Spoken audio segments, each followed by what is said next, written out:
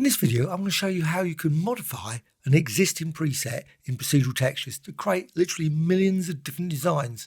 Procedural Textures are the most powerful feature of Affinity Photo. And I'm just going to go through them, PC or Mac. The key thing is create a layer. You need a layer to start with, and it can be any layer, an image, or just create a layer and fill it with black. And then work with Procedural Texture Filter, which you can find in the Filter menu, Color, and Procedural Texture. You've got lots of presets here. I'm going to go with one of the default ones, Ripples. So select Ripples. Straight away you'll see you've got some custom inputs, so you can vary the design here very quickly just by changing this. So if you just click here, you can see then change that, and you'll get all kinds of different results just by zooming in or zooming out. You can also modify turbulence, so you can see you can create different results that way as well. Great for noise effects, background designs, overlays, and much, much more. But the actual equation, here it is, right at the top. Now this equation you can modify in all kinds of ways. Now it doesn't modify the existing preset. So if you edit it, change it, don't worry, you're not losing the original preset. So you can tweak it without any fear, because you can go back to it at any point. Simply reselect it again, and then you will get that preset again as it was. So what can you do? Well, a good place, let's just go here, Vec2. There's lots and lots of different functions in Affinity Photo. You can find them all in the help. You can look for that, and you can look in Procedural Textures. It will give a long list of, I think, Vec2, Vec3, Vec4. There's a lot of variation just of that. But what you can do with RX is you can move it around. That's one of the great things about the RX. If you put X, Y, not so great, but RX, RY, it's relative X. So you can reposition it. You can also drag this out. So let's just drag that out, make it a bit bigger. And I'm going to push this down at the bottom. If I can actually select it, it will let me select it eventually. There it is. Okay, so you can see that, but also you've got a longer equation to work with. So RX, let's just put something in front of that. 5 times, or asterisk. That's the key thing, asterisk, not a cross or anything like that. It's 5 times that. And as soon as you get this, which is a real nice sort of very intense sort of fiber-like effect, all sort of dragged down in the vertical position, obviously, because the vertical here hasn't been modified. If I go over here and said, oh, you know what, I don't want 5 that, I want RX divided by 5, then you get that, which stretches it out the other way. Stretches it and makes a far more sort of dragged looking design there. Like sort of water, I think. That's obviously where it's called Ripples. Probably a good reason why it's called Ripples. Well, what you can do, you don't have to use that. You can also just, instead of RX, you can put -RY. Now, it's a pity there's not more features in terms of how you can use these things, but RX and RY, that's it. Would be nice if there was radial ones and all those sort of things, but sadly there's not. Right, or polar, I should say polar. If you go to the equations one, equations filter, that's got a polar as well as obviously the standard Cartesian, and that's pretty good. But here it's unfortunately you only get access to RX and RY. And you can see if you do RX, RY there, minus, it becomes more diagonal. You can definitely see it more pronounced diagonal. And also what you can do, you can put, say, 2 times there, and you can make it even more obvious that it's diagonal, actually slightly tilts it a bit. And you can, of course, vary this in all kinds of ways. You can go here and put RX plus RY, and you get that. It's like, again, slightly different angle, or RX minus RY, and so on. In some cases, it will result just in diagonal lines. But it's still quite interesting design. I think it's a great sort of, creates an interesting gradient effect that you could use. Maybe combine it, create multiple layers, and see, transform it, flip it, and then you can create some sort of square or grid-like designs. Also, you can still modify these. So if you want to, you can tweak these, and you can see as you do that, that will change those. And also you can change this. So as you do that, it sort of spans it out a bit further. At any point, you can always say, you know what, I just want to go back to RY. So RY and RX. But also, you can modify this. You can go here, instead of Vec2, just you can put something in front of it. You don't have to keep it Made a mistake there. If you make a mistake, what happens, it just will not do anything. You just have to correct it and then tab off, and then you will get it back to what it was before. Quite easy done by making a quick mistake. Maybe 5 times that. So you put that in front of it. Don't have to have it inside the actual function. You can put it outside. So 5 times that, you get that result. Or you can go down here, and I'm not going to put it there. I'm just going to say divide by 5. That's exactly the same. I could put it there, but I always find it confuses where the actual multiplication and division is. So I'm just putting it there. And now what happens, you can really see it's got this close-up of that effect. And you can still continue to move it. So you think, you know what, that's a much better design. You can reposition it, move it around. Of course, you can always create multiple layers of these and then blend them together. And if you create something you think, you know what, that's a pretty cool effect, you can always add it as a preset. Or you can always go and tweak things down here as well. Once you've saved it, of course, as an actual preset. You might not want this one. But if you did, just go up here and create preset. So create preset, and let's call it close up, ripple. All kinds of different ones. And you can put it to a different category. You can also put it to the one that I think is in monochrome patterns. So you can select that and create. So it's stored away for future use if you want to use it. Also, another thing you can do with these, always quite useful, is you can always remove the channels. Don't have to go with all those. You can just go with the red channel. So you can create something that modifies the red channel, just leaves the green and the blue channels totally alone. And also the alpha channel as well. Don't forget the alpha channel, because that can be useful for creating all kinds of different selection effects using this. So you can create a selection from this design. So let's just go back to what it was, and there. Now, you can also go with rad there, or degree. Doesn't particularly make any difference because there's no controls using that, of course, as well. I just wanted to point that one out. Again, it's always annoying that you can't drag it. I always click here. Don't know why. Because it's exactly the same. You end up clicking it. It doesn't move. No, you have to actually click it in the bar along here. I think that would be a nice feature of Affinity Photo if they changed the colour so it wasn't all grey.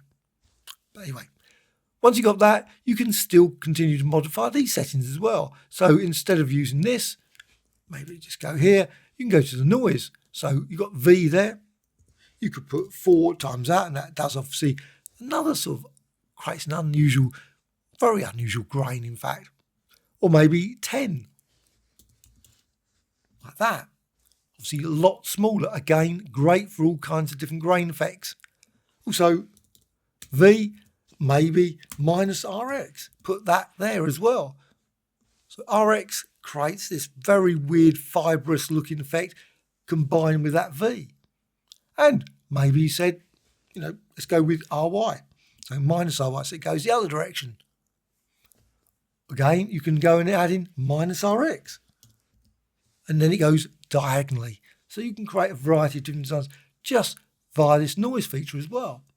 And you can then reduce that, move that there. Another option, you can go and change this T. So let's put divided by 2. It creates an effect like that. Very unusual, abstract grid looking, very blurry grid design. But also go in here and let's go for, say, 5. I just phase it away more than anything. And that's the thing when you're doing this, you quite often just by changing things, you think, oh, you know what, I'm going to put multiplied by 2. Suddenly the result is slightly different from how you imagined it in the first place. So this time let's put times 2 times T.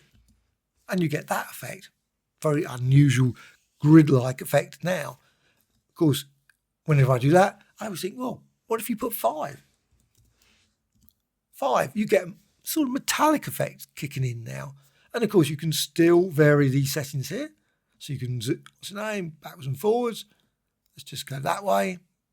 So increase it. And also you can change the turbulence. As you change that, you can see the result of that. It'd be nice if you could animate it. Unfortunately, you can't do that. You can't capture that effect. But I think that's a nice sort of metallic looking effect. And of course, you can still then decide, you know what, let's put minus RX there as well. And sometimes it's too extreme. So if it's too extreme, you might say, oh, you know what, let's put 4 times that, make it even more extreme. Or maybe go the other way, divided by 6. So it's got that, but now you can see now it's still sort of dragged downwards. Maybe go for 2, or maybe go for, say, 10, and so on. So you can see a variety of different designs just by adding a single thing like RX results in a slightly different result. Maybe minus, I say, RY divided by 5. And you can get something like that, or divided by 2, and so on. Literally thousands of different designs, or maybe by 20. Sometimes the result of it is probably too extreme. Maybe that one divided by 4, and you get something like that, and so on. Also, what you can do is with these, you can, again, you can save it. I think this is quite a nice little effect. I can save it, go into your presets. Obviously, I saved that previous one. That's still there, but now I can add another one. The Create preset only becomes available if you've changed it. If you're just going there and doing all modifying these settings here, it will not let you create a preset. So Create preset. So let's go for Ripple 2. And again, you can put it the same one. It's a pity it doesn't remember monochrome patterns. Okay. So click Create. It's stored away. And then click Apply. And you've got that result. Well, you can always duplicate this design. So let's just go and duplicate it. So Layer and down to Duplicate. Right click. And you can then transform it. So maybe go flip horizontal. Something like that. So the previous one was obviously one way. Now this is the other way. And you've got blend mode. So you can go through darken. And you can see as you change that, a variety of different designs from there as well. Obviously some have no effect, some do. I can also use that procedural filter effect with live filters. So if I've got an image like this, I can combine it really quickly using Layer and go down to New Live Filter Layer and then down to Colors and Procedural Texture. When that's selected, I can now go here and select my presets. Let's just go through these. You can see I've got monochrome patterns, and down the bottom I've got my close-up ripple, the one I just created, and Ripple 2 as well. Let's just select that one. And now you can see you've got your effect again very quickly. Now at this point, you think, oh great, I've lost my original image. No, you haven't. You haven't lost it. It's still there, and you can just go down here to the blend mode. So you can click here and say darken. And you can see as you do that, light and overlay, you can create all sort of maybe like rain effects. It looks a very sort of unusual looking rain, but certainly very sort of rain-like. And of course, you can still continue to modify the settings. So you might decide, you know what, let's just change turbulence. So you can see as you change that, obviously the rain changes slightly, or modify the square count, and you can see that changes as well. Or, of course, go to this one, close-up ripple. Now, as soon as you've done that, the blend mode doesn't change. That's not connected with the equation. It just will stay what you set it as. So if you set it to overlay, every time you change preset, it will still always be overlay there. And you can also, of course, modify this. But now you can see it creates some interesting sort of variations in light in the image as well. And you can still continue to modify it. You can change turbulence. As you do that, you can see that will change across the image as well. And also you can modify this square count. So let's just, and you can edit the field. You don't have to use this up and down, which I always find slightly fiddly, I must admit. Quite often I just prefer just to enter a value, something like 2, or maybe go and enter 167. And the great thing about this is you can enter values greater than this control. Because if you go use this control, you'll notice it just goes up to 100. But if you go here, you can actually go here and put minus 20. Though in this case, might not do anything, but you can put 500 there. So something like that to create some very interesting sort of like painter-like effects on top of your image. But again, you can still modify this. So you might say, you know what, I didn't like that 5. You can put 10 instead, or maybe 20, or something else. So anything, a number of things. There's also a lot of functions as well that are really worth checking out. Though in this case, it's possible that they would have very little effect, or you will end up finding that the results are pretty horrible. I mean, there's things like, you can put around things like OSC Sin. Again, check out the help file. Help has got thousands of different functions. Unfortunately, Affinity Photo didn't fill out many of the entries about what they actually do and how they do them. So you can always just try them out. OSC Sin, I like to do that. Just put a bracket around something and put a bracket around that. And the result, something like that. You can see it didn't actually completely destroy it. And you can always then go and put, say, 10 there, 10 times to create something like that. And again, you can still modify this as well. So you might say, you know what, I just want more an abstract image like that. Or something like difference will create that sort of design, and so on. OSC Sin has also got lots and lots of different other functions. There's lots of ones like hyperbolic ones who put that. In that case, that didn't do much. Maybe there isn't that one. There are lots of them anyway. Again, the help file is a better source of finding that. So once you've done that, you can then, of course, close it. You don't need it. You can also, if you're happy with the result and you've perfectly reasonable, you don't want to do any more modification to it, you can always simply merge it or delete it if you don't want it, or reset it. But I'm going to merge it. So merge, then you get this result. And then with this, you can then manipulate it further. You notice the procedural texture is gone. But you can then go use filters, and you can do various ones to maybe apply image, lighting, and so on. Create all kinds of effects, maybe like this, like adding some texture there. Now you've got this lovely sort of texture. It creates a very weird metallic sheen over the image. And you can still just about make out the original image there. Can't see the dog particularly well, but you've got this lovely atmospheric, weird and wonderful, surreal design there. And click apply. Hope you found this of interest. Any questions, please let me know in the comments below. A like or dislike, always appreciated. Bye.